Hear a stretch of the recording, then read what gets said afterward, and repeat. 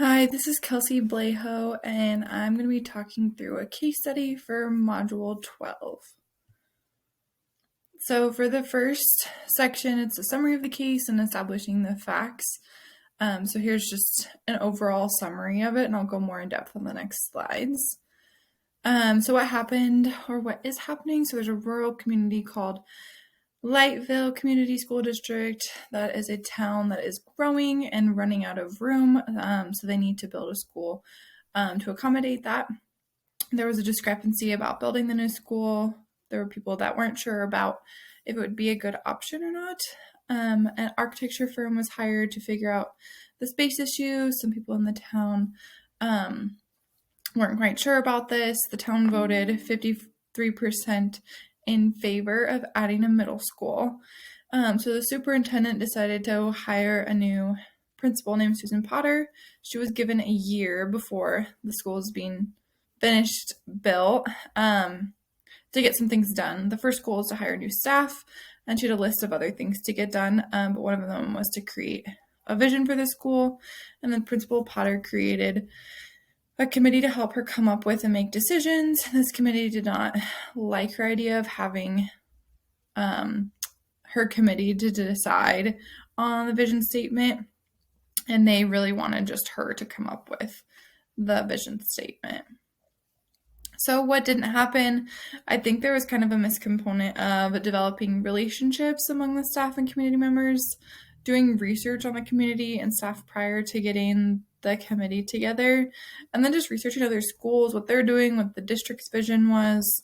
And then when and where did certain events occur? Like I mentioned, it was in Lightville community. Most of the community members work on farms in a rural community, and there's junior and senior high school currently, and they're wanting to expand. So who might be involved? This could be teachers, parents, students, community members, current and future board members, and other towns nearby. So this is kind of just a little mix of everybody. And then what do the parties involved have to say about it?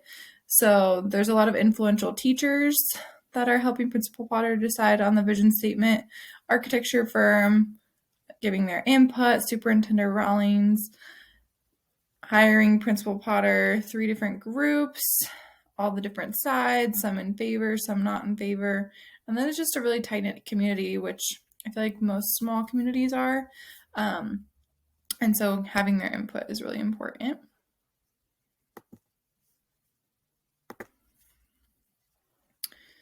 So who had the knowledge and skills to design this? So school mission and vision, I think Susan Potter, the principal, has the capacity for it, has the necessary skills to do that.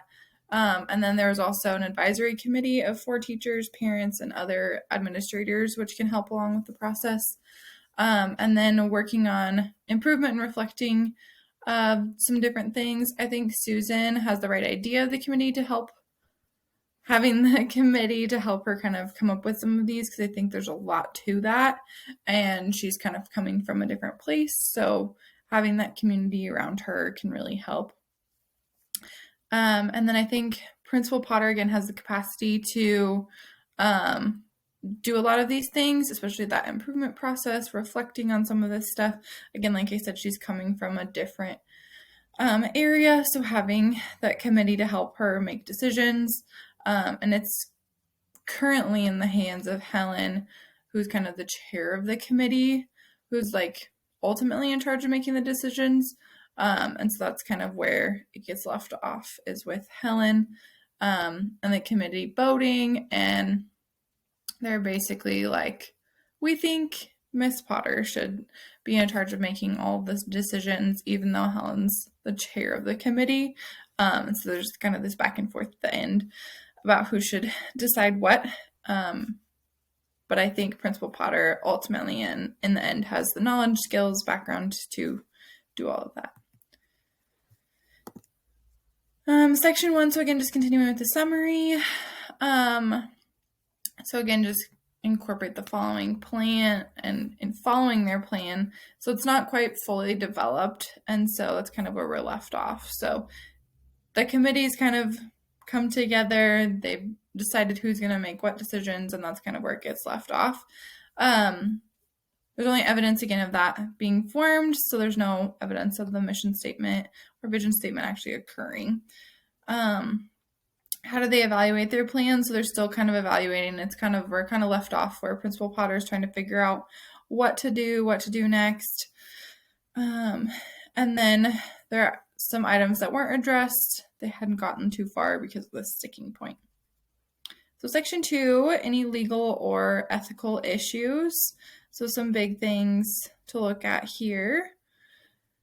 So has anyone been harmed in the action or decision of another? If so, in what way? I think some things that could be impacted, so like future students in the community could potentially be harmed in this decision. And then also, just again, the community could be hurt by also having a middle school. So these are just kind of some possibilities of what might happen. It could affect the culture a lot. I know our town is kind of going through this, my personal town. We're adding a middle school and a high school, so just trying to figure out how that's going to look. So I know it's going to shift some numbers around and it could affect some funding. So just kind of looking at it from that perspective too. But there aren't any laws being broken with this. So some big things that I pulled from some other assignments we've done in this course. Horton has a really good article, and I think this is a big thing. So relationships being built, trust, not necessarily on like an agreement, but respect and trust being a big thing. So I think this is kind of a part of the ethics. Ethics is about people and their relationship with one another. And I'll touch more on this later and kind of why I bring it up here. So we'll get back to this. Some other things was their breach of contract. So I listed out what the superintendent wanted Ms. Potter to have accomplished in this first year. So it talks about making staffing decisions, organizing the school's programs, collaborating with architecture and construction people, and then organizing programs. There's no non-discriminatory or constituted harassment. There may have been some from the committee kind of almost like ganging up on Ms. Potter about who's deciding on the vision statement. There may have kind of been some discrimination with Helen being the head of committee because she has so many connections in the community. She might have some bias on what happens there. So there is kind of that little sticking point, but nothing like legally wrong or anything like that. Section 3, synthesize exactly what has happened or is happening. So here's a statement. Susan Potter, the principal of Aurora Rural Middle School, is hired to help the school get started, and as she is working to get the school off the ground, the committee goes against her wishes and asks her to create the vision statement by herself. Section 4, evaluate the missing facts. So here's kind of some things. There wasn't a ton of information on students, stakeholders, that kind of thing. It is a rural community, but we don't know where. We don't know more details other than that. The case doesn't go into too many details about other programs, things like that. Why is it important to look at some of this stuff? It's important to identify what hasn't been identified because we can see missing pieces to really evaluate kind of the whole situation, what's going on, and then we can evaluate the leader and kind of whether or not they're doing a good job. And I think kind of there's some missing components here to be able to figure out what's going on. And again, this missing info holds a lot of value because trying to figure out why it's not being identified, I think, is important.